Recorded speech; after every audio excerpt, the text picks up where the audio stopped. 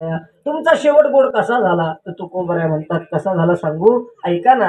देवानं मला हात दिले, देवाने मला पाय दिले, देवाने मला कान दिले, डोळे दिले, नाक दिवे दिला, देह भजना गोमटा तोया झाला फाटा बाधिकेचा. देवानं हा नरदेह दिला. आजी आई इकडे बघा, मला सांगा आता देवानं तुम्हाला हात दिले, पाय दिले, कान दिले, नाक दिला, डोळा दिला. मला सांगा देवानं जर हे नाक असं माग दिलं असतं तर कोणी कापून नेलं असतं कळलं सुद्धा.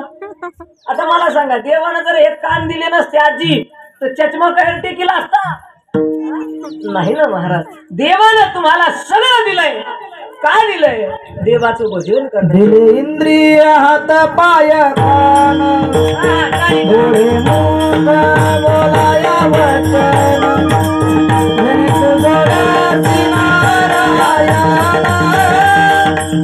माझे जीव प्राण भरा दिले इंद्रिय हात पाय कान डोळे मुख बोलाया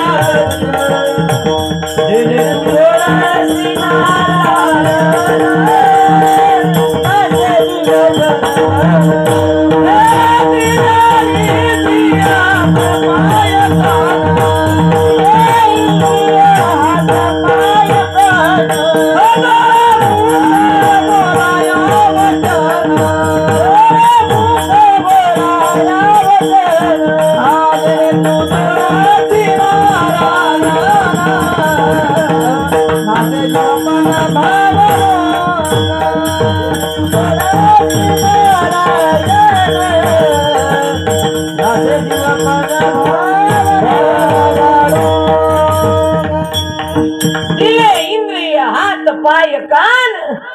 देवानं आम्हाला इंद्रिय दिले पण शेवट गोड करण्यासाठी दिले. मग तुकोबराया तुम्ही म्हणताय शेवट गोड झाला पाहिजे, शेवट गोड झाला पाहिजे, पण साधकानं तुकोबरायांनाच प्रश्न केला. तुकोबराया तुम्ही अभंग रचलाय पण सांगा ना तुकोबराया तुमचा शेवट गोड झाला का?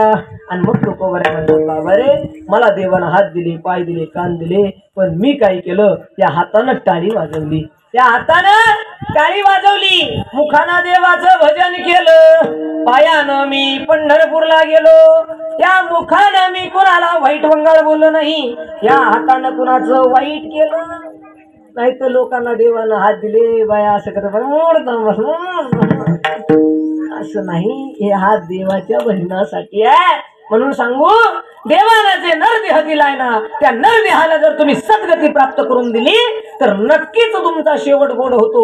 तुकोबरायांना साधकानं प्रश्न केला तुकोबराया तुमचा शेवट गोड झाला का? तर तुकोबराय म्हणतात माझा शेवट गोड झाला. कसा झाला? तर तुकोबराय म्हणतात देवानं नरदेह दिला, मी त्या देहूमध्ये जन्माला आलो आणि देहूमध्ये जन्माला आल्याच्या नंतर मी पांडुरंगाचं भजन केलं. फक्त भजन नाही केलं तर मी जायचो त्या भंडाऱ्यावर, कधी भामचंद्रावर, कधी घोराड्यावर आणि देवाचं अखंड भजन करत होतो. फक्त भजन नाही केलं बरं का माझ्या तुकोबरायानं. तुकोबरायाने हातामध्ये लेखणी घ्यावी आणि गोड अशी अभंग रचायला सुरुवात करावी. तुकोबरायाने म्हणावं राजस कुमार मदनाचा पुतळा रवी शिशिकळा लोपलिया. माझ्या तुकोबरायाने म्हणावं सुंदर ते घान उभे विटे आणि गटावरी. माझ्या तुकोबरायांनी देवाचं भजन केलं, देवाचं चिंतन केलं. पण ऐका आता नीट लक्ष द्या, त्याच तुकोबरायांना माझ्या तुकोबरायांनी 4000 अभंगाचा गाथा लिहिला आणि गाथा लिहिल्याच्या नंतर त्याच काही वाईट गावातल्या लोकांना माझ्या तुकोबरायांकडे बाई पाठवली. माझ्या तुकोबरायांच्या जवळ बाई जाऊन उभा राहिली आणि वेश्या होती ती, आणि त्या वेश्येनं तुकोबरायांच्या समोर जाऊन चाळाचा आवाज केला आणि चाळाचा आवाज आल्याच्या नंतर माझ्या तुकोबरायाने त्या बाईकडे पाहावं आणि त्या बाईला सांगावं बाई तुम्ही माझ्या आई सारख्या जाई हो तुम्हाला आई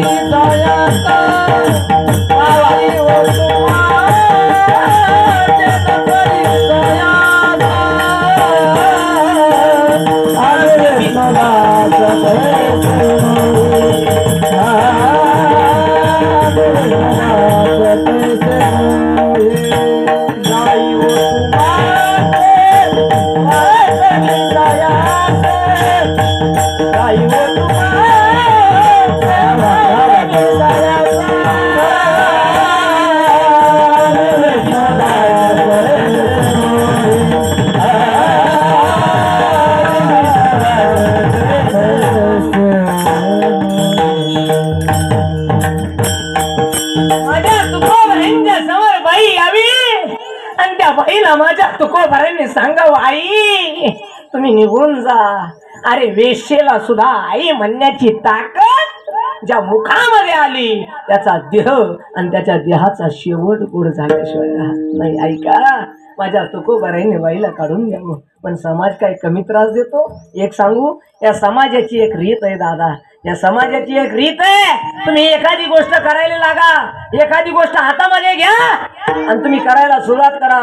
आधी लोक तुमची थट्टा करतात, नंतर लोक तुमची मस्करी करतात, आणि ज्यावेळेस तुम्ही त्याच्यात सक्सेस होता त्यावेळेस लोक तुमचं अनुकरण करतात. ही समाजाची रीत आहे. सांगू, ऐका ना, माझ्या तुकोबारांकडे बाई पाठवली. तुकोबारांना कळालं नाही. माझ्या तुकोबारांकडे बाई पाठवली. तुकोबारांनी बाईला आई म्हणून मागं केलं. माझ्या तुकोबारांचा 4000 अभंगाचा गाथा पाण्यामध्ये बुडवला. माझ्या तुकोबारांनी 13 दिवस बिगर अन्न पाण्याचं उपोषण केलं आणि गाथा सुद्धा तारला. पण आता ऐका, माझ्या तुकोबारांचा गाथा तारल्याच्या नंतर समाजाच्या घरी तुकोबाराई जायचे आणि तुकोबाराई सांगायचे, हे गावातल्या लोकांनो, अरे देवानं नरदेह दिलाय रे, तुम्हाला मरावं लागणार आहे. उपजिते नासे नासिले ते पुनरुपी दिसे, हे घटिका यंत्र जैसे परिभ्रमिका, ज्याचा जन्म झाला त्याला मरावं लागतंय. अरे बाबांनो, हा जर नरदेह तुम्हाला दिला याच्यावर घमंड नका करू. अरे मी मी मी काय करता, ज्या ठिकाणी मी येतो त्या ठिकाणी माणसाची हानी झाल्याशिवाय अहंकाराचा वारा न लागो. राजसा माझ्या विष्णुदासा भाविकाजी. माझ्या तुकोबारांनी गावातल्या लोकांकडे जायचं, गावातल्या लोकांना सांगायचं, अरे चला प्रत्येकाला मरावं लागणार आहे बाबांनो. स्वतःला देवानं हा जो नरदेह दिलाय ना याचं सार्थक करा, याचा शेवट गोड करा आणि चला माझ्यासोबत पंढरीला. पण लोकांकडे माझ्या तुकोबारांनी जावं. आणि तुकोबारांच्या जीवनातला प्रसंग आहे दादा.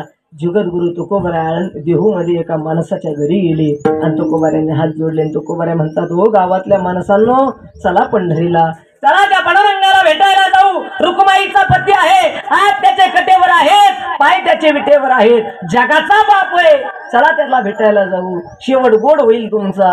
आणि गावातल्या लोकांना काय करावं माहितीये, तुकोबारायांसोबत जायचं नाही, पण तुकोबारायांना थांबून घ्यावं. तुकोबारायांना सांगावं, थांबा तुकोबाराया, देऊला पंढरपूरला जायचंय ना तुम्हाला, थांबा, पायी पायी नका जाऊ, व्यवस्था करतो तुमची जायची. आणि गावातल्या काही वाईट लोकांना गावातले गाढव धरून आणावं आणि त्या गाढवावर तुकोबारायांना बसवावं. गाढवावर तुकोबारायांना बसवलं बरं का आई. आणि गाढवावर तुकोबारायांना बसवल्याच्या नंतर सगळे लोक हसायला लागले.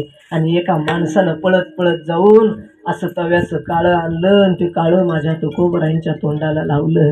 माझ्या तुकोबारायांच्या तोंडाला काळं लावलं ना आई. आणि माझ्या तुकोबारायांना गाढवावर बसवलं आणि ते गाढव गावातून मिरवायला लागले. गाढव गावाच्या वेशीपासून तुकोबारायांच्या घरापर्यंत आणलं.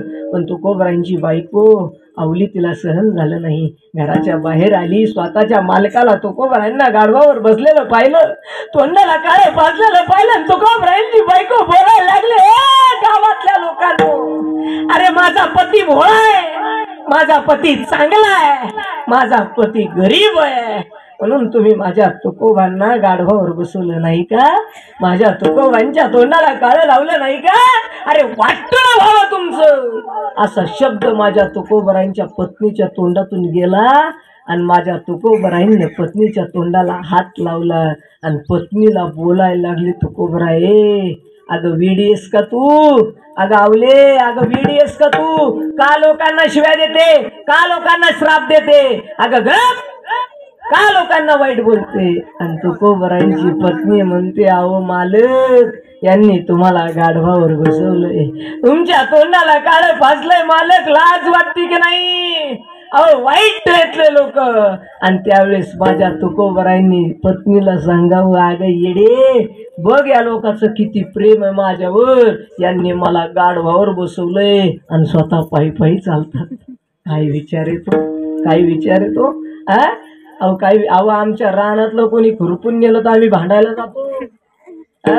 आणि माझ्या तुकोबाराईने सांगावं, अगं बघ यांचं किती प्रेम आहे, मला गाढवावर बसवलं नाही, पायी पायी चालतात. अहो मालक, ठीक आहे, पण तुमच्या तोंडाला काळं लावलंय ना.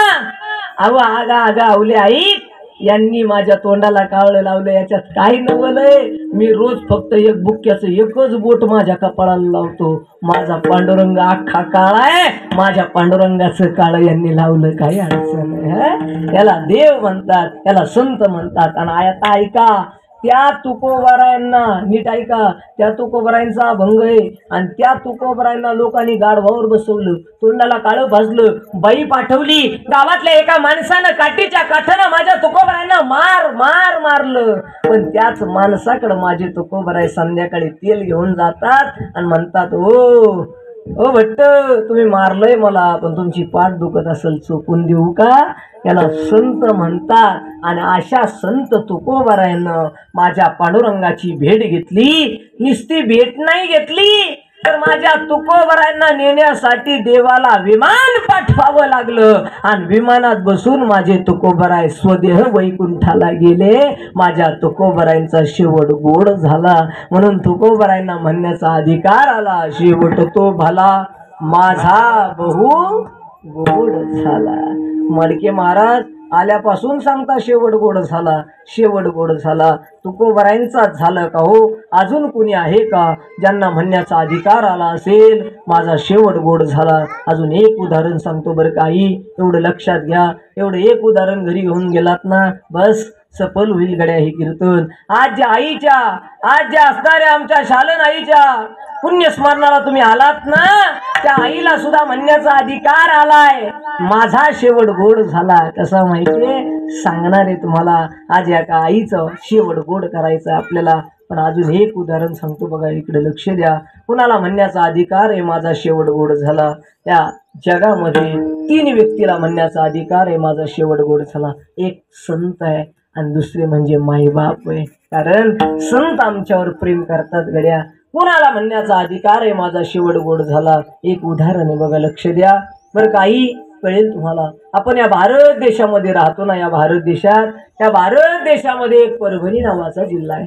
नीट ऐका बरं का. कोणत्या नावाचा? झोपल्या का काय? इकडे लक्ष द्या. या भारत देशामध्ये परभणी नावाचा जिल्हा आहे. आणि त्या परभणी नावाच्या जिल्ह्यामध्ये गंगाखेड नावाचा तालुका आहे. कोणता? बोला बोला बोला बोला. निम्म पाकिट तुम्हाला घ्या, पण बोला. नवऱ्याला भांडता तेवढे तरी बोला. इकडे बघा, इकडे लक्ष द्या. परभणी नावाचा जिल्हा आहे आणि त्या परभणी नावाच्या जिल्ह्यामध्ये गंगाखेड नावाचा तालुका आहे. आई बरं का, त्या गंगाखेड नावाच्या तालुक्यामध्ये एक छोटीशी मुलगी जन्माला आली. आणि पोरगी जन्माला आली आणि पोरीच्या आईनं पोरीला टाकून दिलं, निघून गेली पोरीची. आता पोरीची आई निघून गेली होती, पोरगी बापाकडे टाकली होती.